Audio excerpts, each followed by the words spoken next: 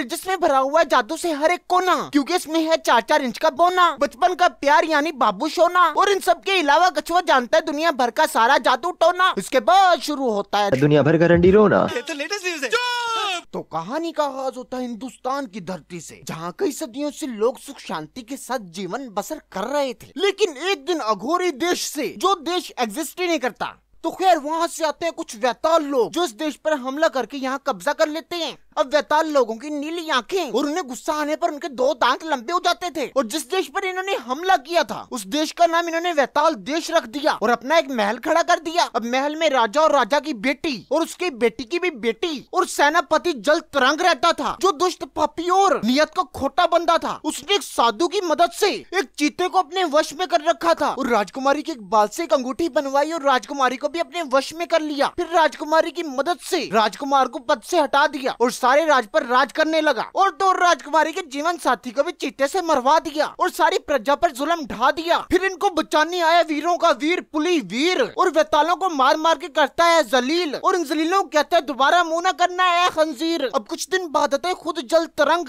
और कर लेता है काबू बच्चों की गर्दन, और पुलीवीर को कहता है पी चॉकलेट से बनी हुई भंग, जिससे तेरी प्रजा के हो जाएंगे दूर सारे गम। तो पुलीवीर कहता है मुझे तेरी बात पर है भरोसा, शायद तू बंदा है पूरा पैन का लोटा। मस्त जोक मारा। इधर ये पीता है पूरा जहर का गिलास और उधर पैदा हो जाता है इसका बच्चा फर्स्ट क्लास। अब जहर की वजह से ये भी फोत और इसकी बीवी पुष्पा भी फोत। इधर ये मोटा कर रहा होता है इस बच्चे का टोटा टोटा, और यहाँ वो हो जाता है जो इसने नहीं था सोचा कि बच्चे को परिंदे उठा ले जाते हैं जैसे वो हो इनका पोता। अब परिंदे छोड़ देते हैं बच्चे को नदी में विद इनका अंडा। इन्हें लगता था यही लहराएगा हमारी सल्तनत का झंडा, क्योंकि इन परिंदों को भी किसी ने बना दिया था शराब के साथ इंसान से परिंदा। इसके बाद ये टोकरी जाके रुकती है एक धोबी के पास, और वो इस बच्चे का नाम रखता है मगधीरा, और उस अंडे से निकले हुए परिंदे का नाम रखता है सुरा। अब कुछ सालों बाद फिर वैताल हमला करती है इस गांव पर, जहां मगधीरा ने पत्थर मार देता है और अपने भाई को बचाने की खातिर ये धोबी की बेटी खुद कत्ल हो जाती है। अब पहले भी इंसाफ के चक्कर में धोबी ने भी अपना हाथ गवा रखा था। फिर टाइम गुजरता गुजरता 20 साल गुजर जाते हैं, और 20 सालों बाद आ रही होती बाहर से पढ़ाई करके मगधीरा की मशकूका, जिसको लेने चला जाता है ये सीधा, और वापसी पर इससे इम्प्रेस करने के चक्कर में इसने नकली वैतालों को पीटा। फिर क्या अगले कुछ दिनों तक चलता रहता है बाबू सोना और प्यार का रंडी रोना। Very good. एक दिन मगधीरा गांव से बाहर मंदिर में होता है, तो पीछे कुछ वैताल लोग पवनवल्ली को उठा के निकल जाते हैं, और तो और मगधीरा के बाप यानी धोबी को भी मार के निकल लेते हैं। फिर क्या मगधीरा निकल पड़ते तलाशे महबूब में, लेकिन वो है वैतालों की हदूद में। तो ये सारे गाँव वाले पंडित के पास चले जाते हैं हजूम में, और वो बताता है कि तुम जाओ जंगल में, वहाँ तुम्हें मिलेंगे बोने जो करेंगे तुम्हारी समस्या के टोने। फिर क्या ये उस जंगल में पहुँच जाते हैं, लेकिन बोने इन्हें पकड़ के बांध लेते हैं। पर मुझे ये बात नहीं समझ आई कि बोनों ने इन्हें बेहोश किया और उठा के यहाँ ले आए, पर उठाया कैसे पता नहीं। खैर ये विताल लोग नहीं थे, तो बोनों ने इन्हें छोड़ दिया और इनकी मदद के लिए जादुई कछुए के पास ले गए। तो जादुई कछुआ कहता है पत्थर डालोगे रास्ता मिलेगा, नाम बदलोगे ताकत मिलेगी, यमन बिस्तर पर किला हमारा, डराने पर पेशाब करो, सूरज डूबे तो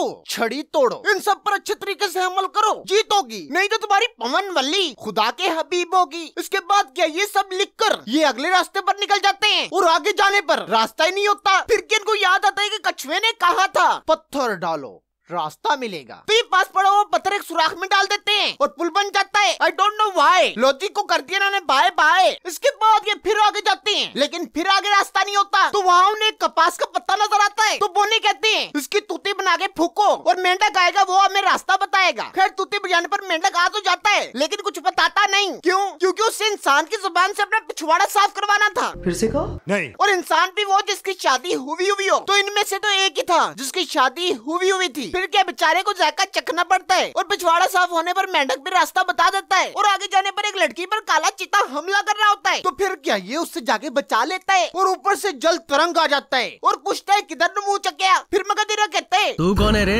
मैं वैद हूँ और मैं सब वितालों के लिए दवाई बना रहा हूँ जिससे आपकी ताकत डबल से ट्रिपल हो जाएगी। तो ये सुन के जल तरंगी से खुद ही महल में ले जाता है, और महल में जाने के बाद पता चलता है है कि वो जो लड़की अगवा करके ले आए यानी पवनवली, उसको बलि देने के लिए लेके आए। तो अभी यही बात चल रही होती है कि ऊपर से एक आंख वाला मानव कारागार से निकलकर सेनापतियों को मारना शुरू कर देता है और मगधीरा के हाथ दिखाने पर दोबारा कारागार में चला जाता है। अब बेसिरत फिर ये मेंढक का पिछवाड़ा साफ करके मेंढक से पूछते हैं कि पवनवली कहाँ है, तो वो बताता है कि ऊपर वाले हिस्से में है, जाओ ढूंढ लो। तो फिर क्या मगधीरा पहुंच जाता है वहाँ जहाँ थी पवनवली। तो यहाँ हो जाती है थोड़ी बाती खली बली और जल तरंग इससे पूछता है, हाँ भाई तू कौन सा है बाहुबली, तेरी तो नैया डूब चली। और सुबह एक बड़े से पाइप में से मगधीरा को गुजारने का फैसला किया जाता है जिसमें हर तरफ आग ही आग और कोई इसे ये भी नहीं कह सकता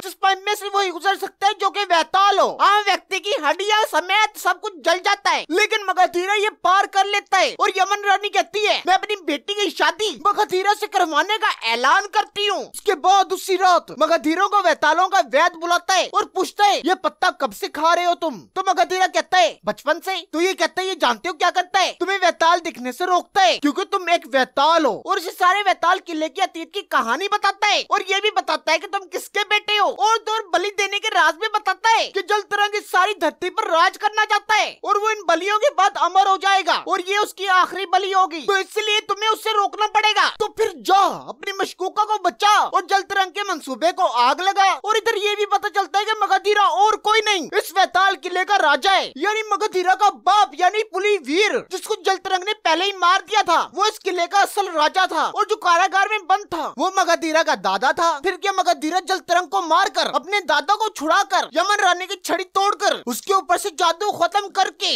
अपनी पवनवली को बचा लेता है। और यमन रानी फैसला करती है कि हम अपने दोबारा अघोरी देश में चले जाएंगे जो कि एग्जिस्ट ही नहीं करता। हाँ। और इस देश का नया राजा बन जाता है मगधीरा। और रानी कौन बनेगी? Of course Pavanvali. और फिल्म खत्म। अगर आपको वीडियो पसंद आई है तो मुझे कमेंट में यार जरूर बताना। तुम लोग कमेंट नहीं करते यार। और लाइक करके सब्सक्राइब भी कर लो। और अगर हॉरर मूवीज देखना चाहते हो तो इस प्लेलिस्ट को प्ले करो और वो जाके देखो। अगर वो नहीं देखना चाहते तो इस वीडियो पर क्लिक कर लो, ये न्यू वीडियो आई है। Just enjoy. Okay bye.